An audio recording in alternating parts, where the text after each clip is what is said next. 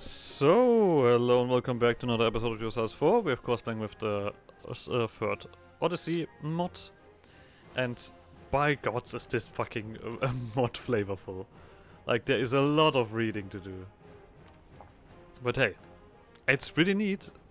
And it feels like this even deserves a second playthrough just to see what else you can do, to be honest.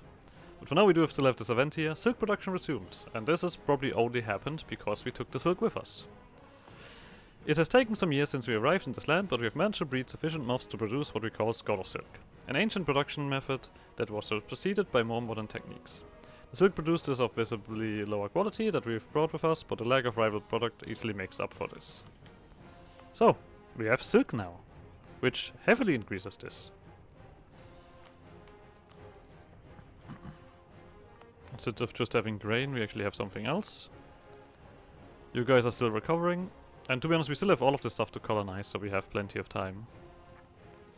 But we soon enough are gonna get reduce this modifier. The good thing is, even if they attack us, we have a fucking fort here. let them. So, we can now sell titles and do this at some point. Roman Renaissance. Since we landed in the Elysian fields we now call home, we have faced many hardships, leading us to desperately survey every piece of knowledge brought with us in search of solutions. This tendency has only increased with the rise of Gemetos Plethon, who worked tirelessly to promote the works of Plethon, Plotinus, Blocklos, and other Neoplatonist writers. This altogether sparked a feverish revival, a renaissance, throughout the land. The writing of ancient Latin and Greek philosophers and scholars are being restored, inspiring new philosophers amongst the populace, new ideals for rules, as well as those who are ruled, are quickly spreading throughout the land. This new Roman humanism focuses on one's transcendence to the afterlife with a perfect mind and body, which can only be attained with a rigorous education and physical training. One must thus transform himself into the so-called universal man, combining a great intellect, physical excellence, and ability to function honorably in virtually any situation. A true Renaissance humanist is an expert on everything from politics and philosophy to art.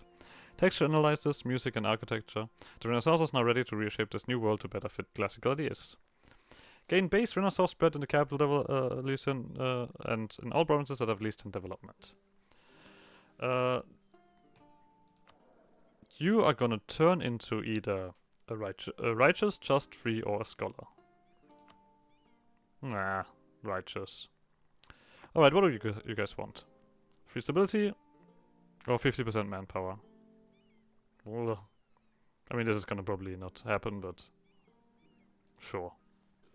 Maybe eventually. You guys still on tech 1. Okay, you guys lose influence. So we also get the normal events.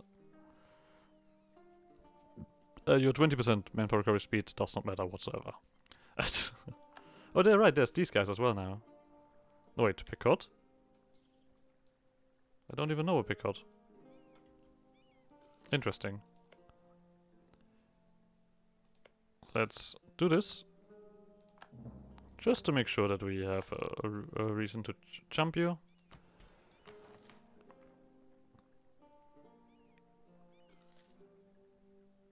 Okay. Yeah, the manpower is really a bottleneck in this, I guess. But it also makes sense, to be honest. These rebels we are gonna reduce if necessary. Because 6k is a bit too much. What the hell is this? We can't take admin, so I guess we need to do something here instead. We'll see. For now, what's this? Constantinos the 11th sat idly as the local nobles continue to bicker amongst themselves.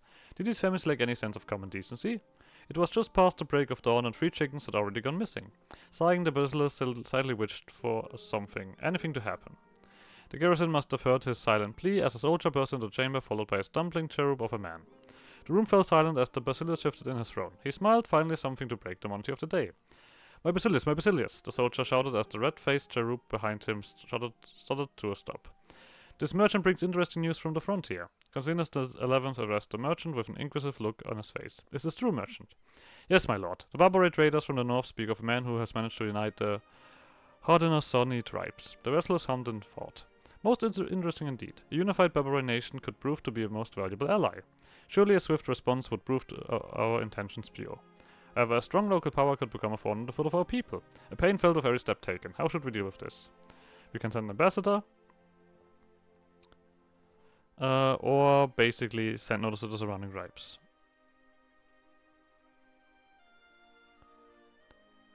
Okay. So either we send an ambassador to Onondaga, which I assume is over here, or we need to contain the threat. We get a bunch of points, then a bunch of nations get the Ome of the Great Sea. The following effects will be applied once our diplomats reach their destination. Opinion of Romania changed by 50, discover any provinces they own or border. So basically we inform all of the other guys around that these guys are a threat. I mean, getting points right away is pretty neat.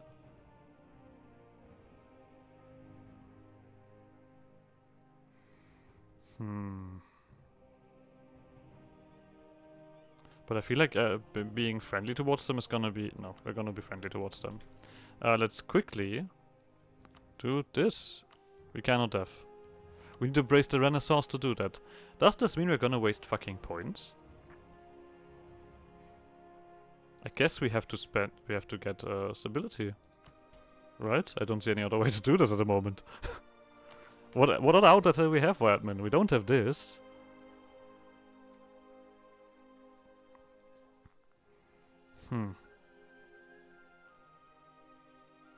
Yeah, stability.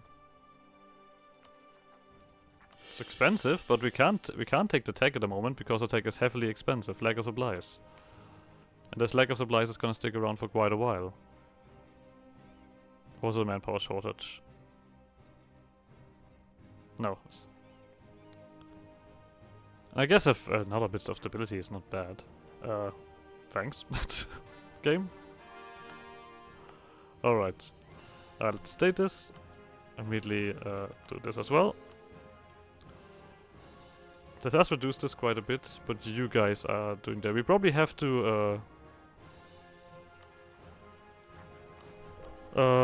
what's it called? Yeah, provoke, not provoke, harsh treatment this. So, priest murdered by crowd. A clergyman has found to be murdered on the edge of our territory. If the locals were quick to deflect blame to the natives, the patriarch suggested otherwise. Instead, he has accused the locals themselves of conspiring against the vow and having murdered the priest themselves, using the natives as scapegoat for their actions. So we could anger these guys again. This would drop them to neutral. We could do this, which reduces the gain, or we could lose some diplo points.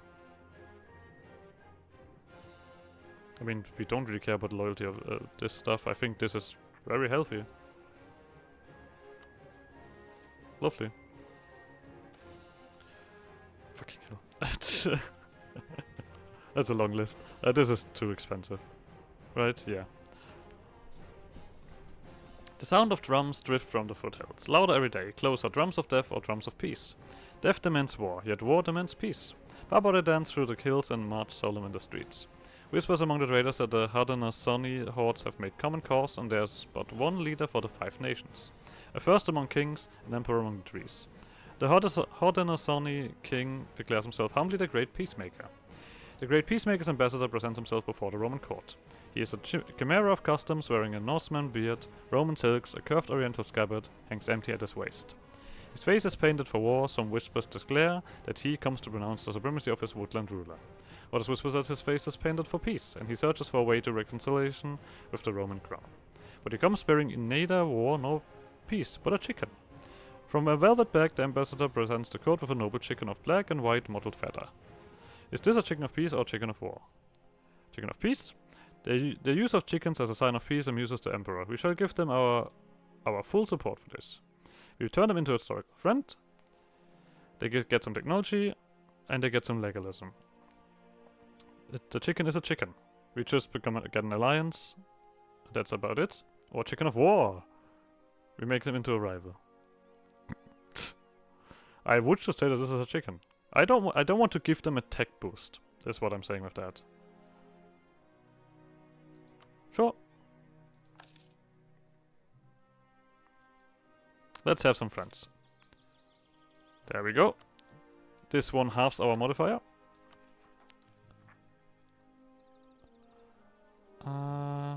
So, our new home. The Bay Areas we have made landfall in is ripe for colonization. The native barbarians are few in number and thus easily integrated. And there are strategic resources in the region needed to build an empire. Today, the newly appointed governor of one of these frontiers colonies has set the first shipment of taxes into near Constabilia. We gain the core, gain numbers, gain development. Lovely.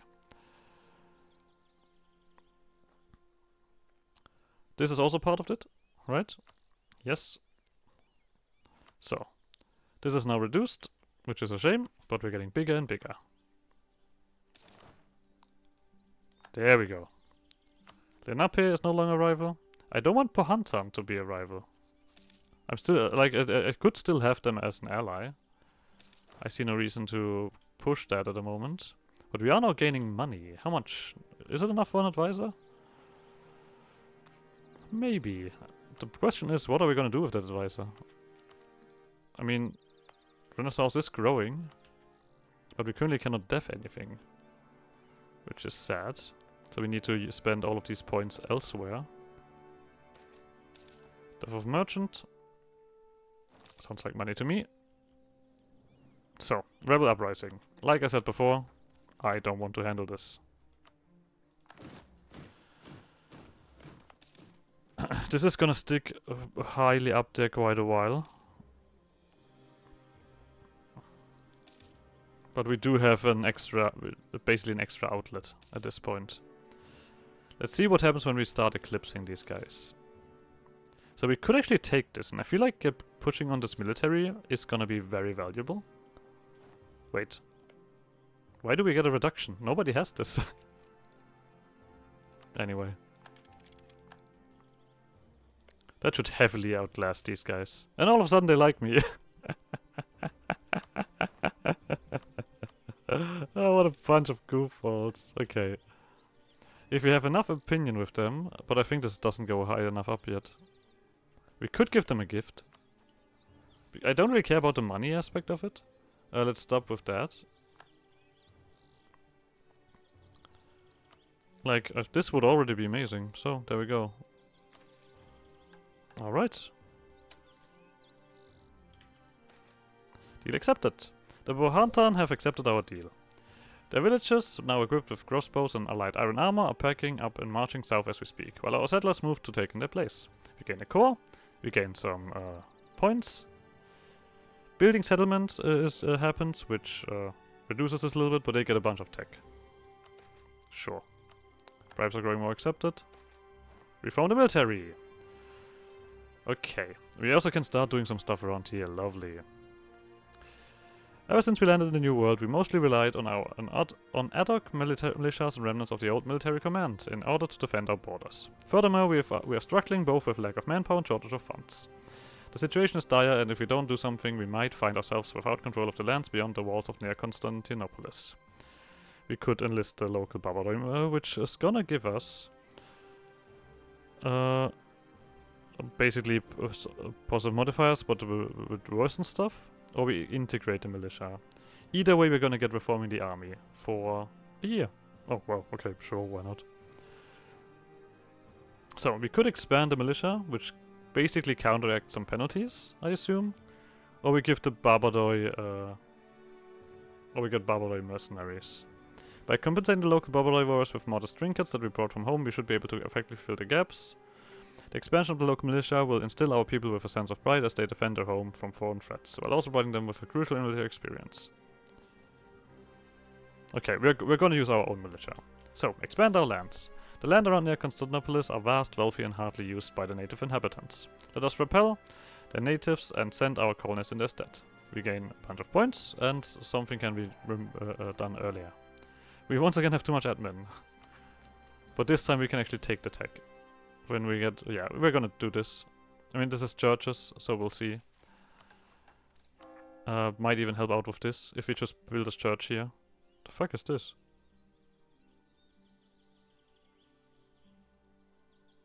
The culture of this province can be assembled into a Roman culture group. Is either owner's religion, or has at least 0 tolerance towards, or has less than 1 year of separate...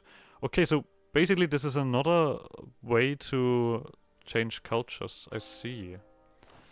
There. I'm currently thinking if I just... oh wait, this is already down to 26. Oh, this is going down. Alright, yeah, with a lot of positive stability, this is just punching down. We don't need to do anything. Lovely.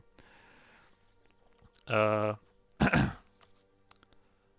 want to do something else. Oh, I wanted to check these things. We need a bigger army. Have a trader. I mean, that is doable. Yeah, I think we're actually gonna happily take someone. The merchant class. We have long been without merchants to trade with the natives. We can only solve this problem if we encourage entrepreneurs to establish themselves as merchants. It'll take a lot of effort and the country must be ready for it, but it will pay off in the long run. We will lose 200 diplo points. We will remove the diplomatic thingy. The no merchant class, which is a heavy penalty. We get a local center of trade of level 1. And we get a merchant class. Silk trade. Happens in 2 years. Hello! Oh fuck, now we need to get our stuff back. So yeah, we're gonna definitely push on this, I would say. Oh, supremacy over the ground removes this from you. I see. I can't remove our stuff here, right? Damn it. I can do patronage of the arts. And of course free enterprise. We don't need money, so there's no need for this. Do I just steal boats from you? Is the question. There's a way to do that, right? So we don't need to do it ourselves. Gives us 2 early carracks. I don't think we need that. I also would actually throw this guy out again.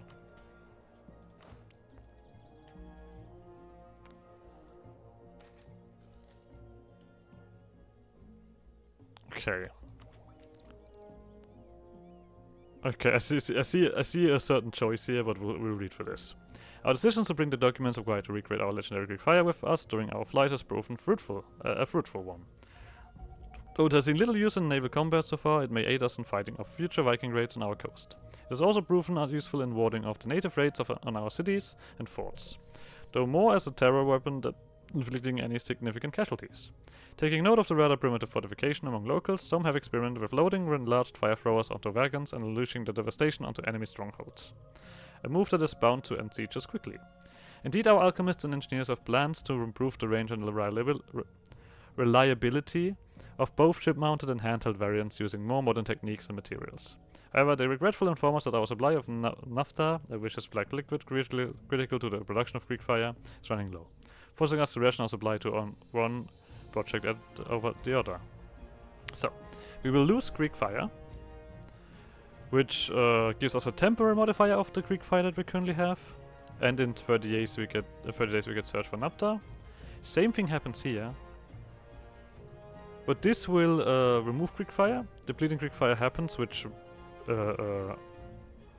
removes that, but it will allow us to recruit artillery.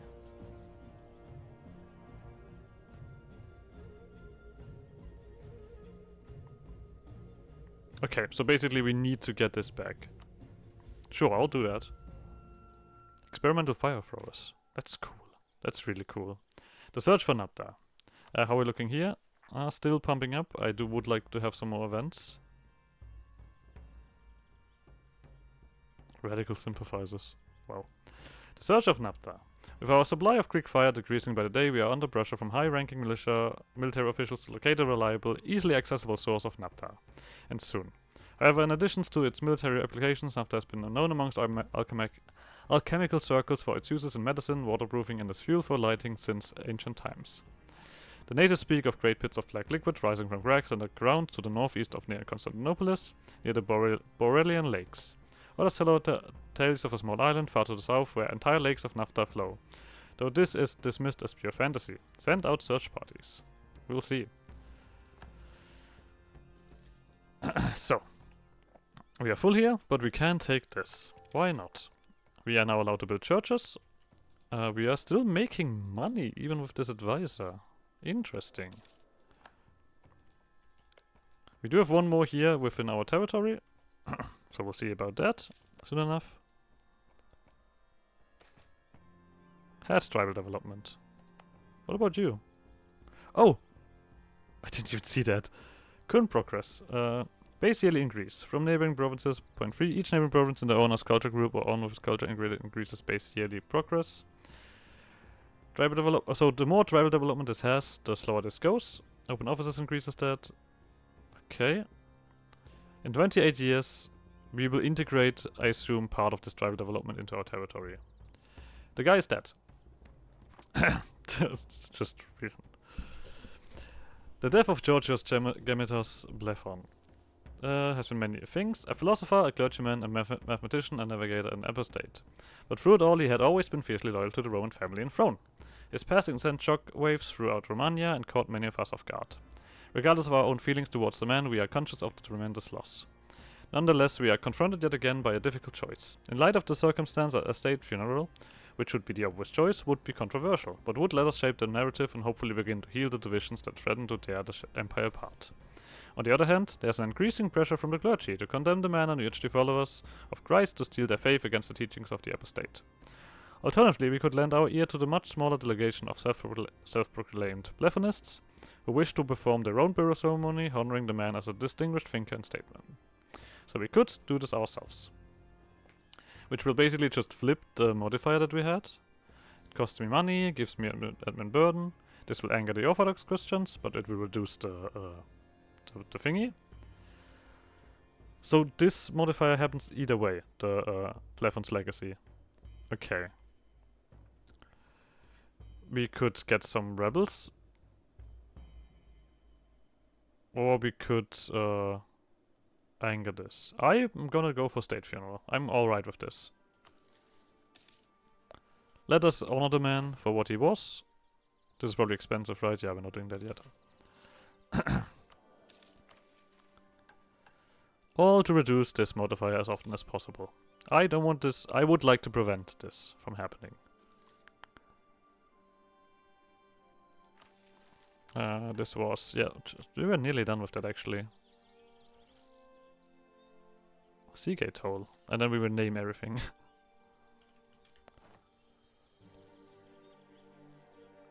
Oh wow, okay, wait, there's something happening soon enough. Change army doctrine. Since the last, a new doctrine happens. While we did choose our army doctrine not so long ago and might not have any additional option, we may want to choose another one that better suits our current situation. No. Oh, the reforming army thingy has passed away. Passed away sounds weird. It's dead. We fucking killed it. Just... Yeah, you know what? You have this. Oh, there we go. This is a while since I had that. Actual reform. Do we want manpower? Do we want... Oh, tax would be fairly decent. I feel like I'm gonna take tax. 15% tax. Means our main income. Lovely, we're gonna get these events as well. Isn't this reduced now? Yeah, it's halved. We can't stop with this.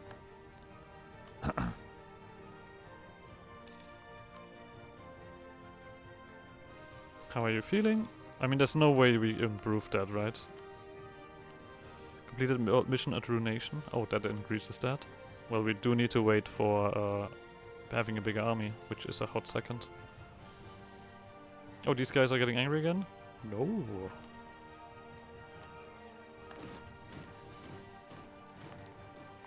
Do I convert this? It's gonna make them a lot angrier, of course, but this just takes too long. I need money so I can throw in the church.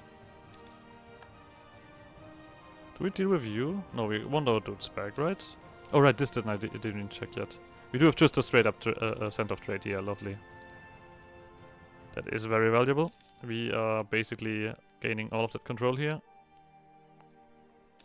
Bay of Elysia. Silk trades, okay. Though silk production has been active for some time now, it is only recently with the establishment of a dedicated merchant class that we can fully take advantage of this fact. Once God of Silk was reserved exclusively for the notables in and around our capital, now our merchants carry it far and wide as part of their regular wares. Already native trading partners have begun to take notice and demand is forming among them and their kin. Given our monopoly on production, this will no doubt be a boon for our growing economy. We gain 10% local goods produced. Fuck yes. Give me all of the production.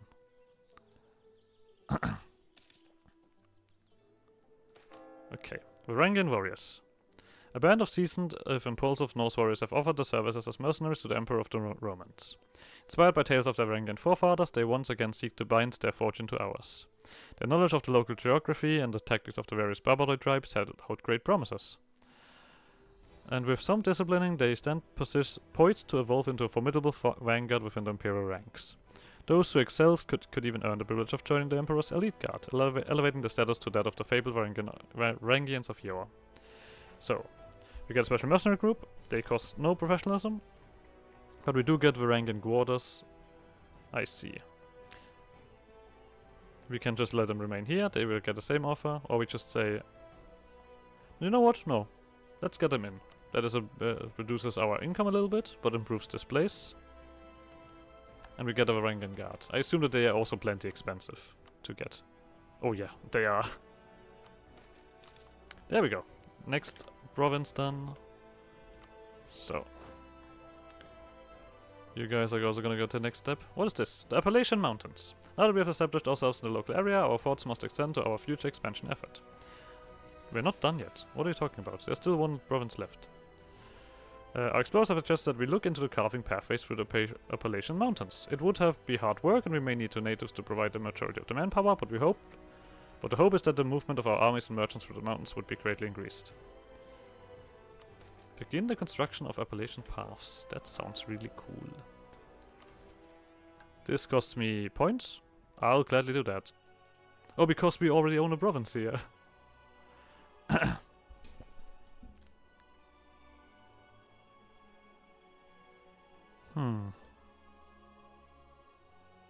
Okay. Let's get this started. The construction begins. Our workers and native allies have begun work on a pathway through the Appalachian Mountains and seem confident for now. According to our engineers, if we don't experience any major setbacks, each path will be taken approximately 2 years to finish. So basically we build a route here, is what I'm thinking. Rush of merchants? I don't think we need that, right? Nope. Give me the tax. Oh. Need to click 2 buttons. I forgot about that. Plethonists refuse to pay taxes. Some of our citizens, in particular farmers, have been considered by havens. As such, they have come to believe that being an unrepresented minority within our country. They are not beholden to paying their taxes unlike our other, more faithful subjects. The church has made it clear that this is an outrage, and if we do not act now, it will only embolden the Plethonists' riffraff. Some have gone as far as to suggest that we should put this down by the sword if need be. Others, in particular voices within our own court, have suggested that we should exercise caution and favor a more pragmatic solution here. So we could take their fortune, which makes them angry, and would increase the religious wars. We could increase a taxation effort, which would just anger them. We could just tax the church. Cool.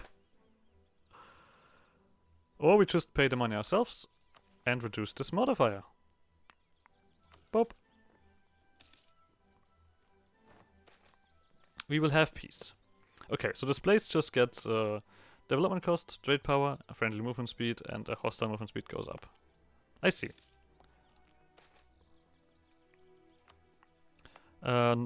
These guys are also increasing and taking the travel development? Yes, slowly but surely. Now we are in need of money, of course. We could have another army, another dude. Seize Counterland. This will reduce their loyalty by quite a bit, but... Oh fuck, we just realized that we are super low here. Hold on a second, we need to change that. This just makes these guys upset. I can completely live with that. It's only 5%. Oh, this is a separate modifier. I see. Okay. But we are approaching this, the large number here. That's good. Let me just quickly turn this off. There's still only 50. Okay. I'm having fun. This is fun. My voice is nearly dying because I have to talk so much, but... Let's quickly just push these guys down again. I could also, you know what? Here you go. Don't annoy me.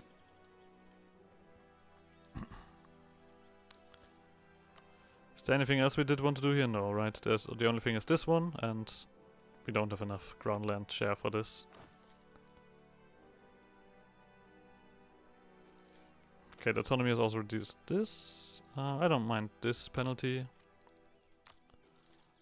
For a hot second. So these guys only have like 3%, so this will really be slower.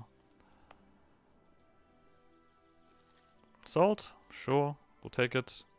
I see no reason why, like now thinking about it, like why would we would have wanted the boats to be improved, really? That seems just unnecessary.